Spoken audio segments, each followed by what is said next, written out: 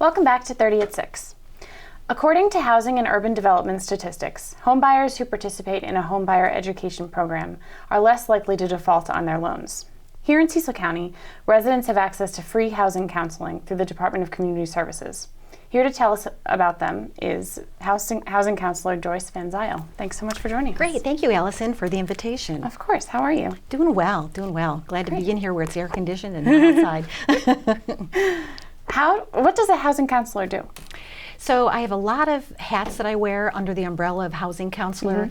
I do a little bit of rental counseling. I'm not yet certified for reverse mortgages. I go for that at the end of August. Right. My two primary responsibilities are working with people that are in default and at risk of losing their homes to foreclosure, and then, as you mentioned, home buyer education. Right. So those are the big areas that I work on. And you do monthly seminars. I do, yes. So what we do is I am a HUD certified housing counselor, so our agency is HUD certified. And there's some buyers that are purchasing certain different types of loan products.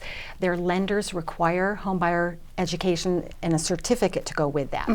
So I'm able to provide that, and how we do it here in Cecil County, and HUD lets different jurisdictions kind of handle it however they want. Some offer a 6-hour class, some offer an 8-hour class. What we do is we have a 3-hour evening class. Usually it's on the third Tuesday of every month. This month, next month in August, I'm changing it up a little bit because of some training I'll be attending.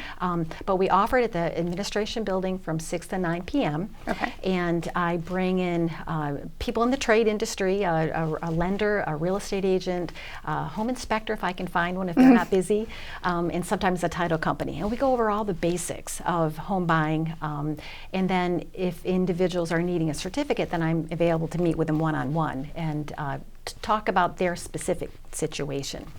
Okay. How do people usually reach you? Well, that's a challenge. As you know, with everything's changing today with, it's trying to reach the individuals, and their mode of communications is always a challenge. Of course. And with first-time home buyers, a lot of times we assume that they're young, the younger crowd, but not always. I've worked with some folks that are late 60s that are buying homes for the first time. Oh, really? I met with a couple, a mother-daughter team last week that the daughter is in her 30s and mom is in her 60s and never purchased a home before. So using that as an example, those two ladies have completely different, touch points of how to reach them. So I have brochures out in different locations throughout the county. We have our county website. Housing Counseling has a Facebook page. We just try talking to people, doing some outreach. I'll have a table at our expo next week. And then, so I really appreciate being here today to be able to get the news out via this realm as well. We're happy to have you. Thanks. Why is it important that people get connected with a housing counselor sooner rather than later, especially if they're having foreclosure problems? Good question. That's a great question. Especially, so I'll kind of break it down for the home buying. So the home buying education piece, there's a lot of places that you can go for home buyer education. Real estate agents, lenders will often host like a Saturday morning at the library or something, but they're not HUD certified, and their goal is to capture the attendees as customers ultimately. And that's not necessarily a bad thing, but they're not getting the whole picture. So as a housing counseling counselor in the class that we offer, I'm not trying to sell anybody anything. We partner with industry experts, but they're not there to sell them, and HUD has pretty strict rules on that. So we want to get that word out there early, because I've had several times where people have come to my class and said, oh gosh, I wish I'd known this before I put a house under contract. And because there's just so much information, and the housing counseling for home buyer education today, shopping for a home is so different than it used to be when I was younger, for example. Most people do it online, right? Yeah. They look at Zillow or Realtor.com, and then they call the agent, and they might not know that the agent that has the listing is not representing is working for the seller. Exactly. Yep, they're working for the seller. And so that's a very good information to let people know, so that when the person says, oh gosh, I really like that house, the obligation of the listing agent is to the seller, not to to the buyer. Okay, Right. so in that realm, it's really good to get the information out there to the first-time home buyers or any home buyer. And in Maryland, we consider you a first-time home buyer if you've not owned a home in 3 years or never in the state of Maryland. Oh, that's interesting. Yep. So me personally, we rented for a couple of years, and so when we just bought again last April, we were considered first-time home buyers in the state of Maryland. So, and there's several different, the other reason I like to work with first-time home buyers early on is there's so many different mortgage programs out there, and there's several different types of down payment assistance programs. Right. Right now, the state of Maryland has a fabulous program. If you have student loan debt, it's called the Smart Buy program, and it's really cool because it used to be just for kind of depressed areas around the big city of Baltimore, and Governor Hogan has expanded that.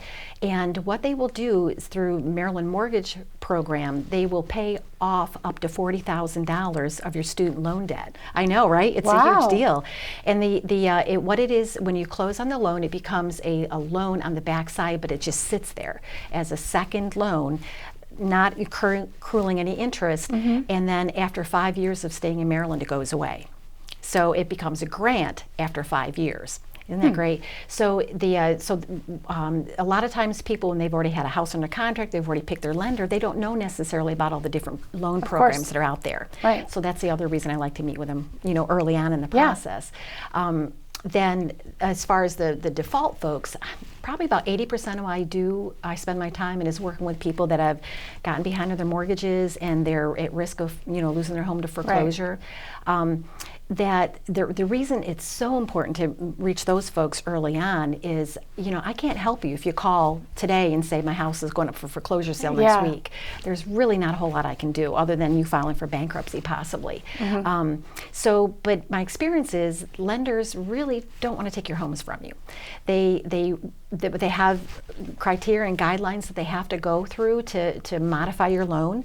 And if you have an FHA loan or another government-backed loan, a VA loan, if you have a USDA loan, there's certain protocol that the lenders have to abide by that are very, very pro-home ownership. Okay.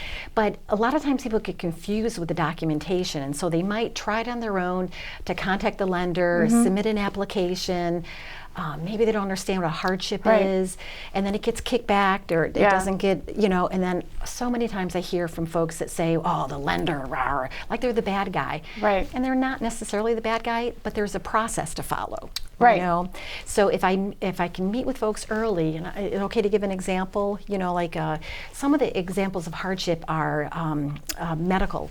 If you've had a family member's had a stroke, or they're experienced cancer, they're out of work because of a medical illness. I have one guy that I'm working with, he was in a car accident, he was in a work truck, and so his hardship, he's been out of work because Workman's Comp is fighting with the automobile company to figure out who's going to pay this guy. Those are hardships, and so if we can relate to the lender that there's truly a hardship outside of your control, most lenders will work with you. Okay. So why doesn't that always happen? What are the barriers to someone reaching out to a housing counselor like you? And that's a challenge because they a lot of times it's it's very emotional for folks. It's very embarrassing. If it gets to the point of the foreclosure process and papers have been filed in court, it becomes very public. Right. So a lot of times people don't want to talk about it. Sometimes it's family dynamics. If it's a couple and they're getting divorced, it's very personal. That's difficult. It's very personal. So, and some of the other barriers are once the default process has started, some of the paperwork that is sent to individuals is also kind of a little misleading, I guess, in a way, because, and we have an example there. So when people are behind on their mortgage, they get sent a packet of information. It's usually about 25 pages, and it's overwhelming. Yeah, of course. And on the front page, it references the HOPE hotline, which is a 1-800 number essentially. And so people don't know that they're calling a system that's going to route them back to somebody locally. Right, they probably are immediately discouraged by the Absolutely, because they think, gosh, I'm going to be talking to someone in Baltimore or Annapolis, and they're not going to care. They don't realize that it's going to route them back to me here in Cecil County. I've been here over 20 years, and this is my community as well, and so I really want to help people. So that's a huge barrier. So aside from this phone number, when people receive this letter, or at mdhope.org, what is the best way to reach you? So to call my office, I'm housed in the Cecil County Housing Office at the County Administration Building. So they can call either my phone directly, or we can call housing and they'll route us to me. So, you know, I'm the only housing counselor currently in Cecil County. Oh. So, Well, that is very cool. Yeah, great job. I really enjoy what I'm doing. We had gone through some hardships myself in my own family. Right. And so it was really, I guess it's like paying forward. Yeah, you know, yeah, how rewarding. You know, yeah, and so and it's interesting because since I do work with people that are in default and at risk of losing their homes, and we were kind of almost there ourselves at one point, it really makes me want to do a better job on the home buying side. You know, when people are sitting down to buy a house, they're signing a promissory note. Right. And they have to kind of know what they're getting themselves into, and sometimes, you know, there's so many papers to sign at closing, they kind of lose sight of all that. So it really makes me want to do a better job on the home buying side as well. Okay. Well, thank you so much for being welcome, here. Allison. Joyce Vanzile is a housing counselor in the Department of Community Services.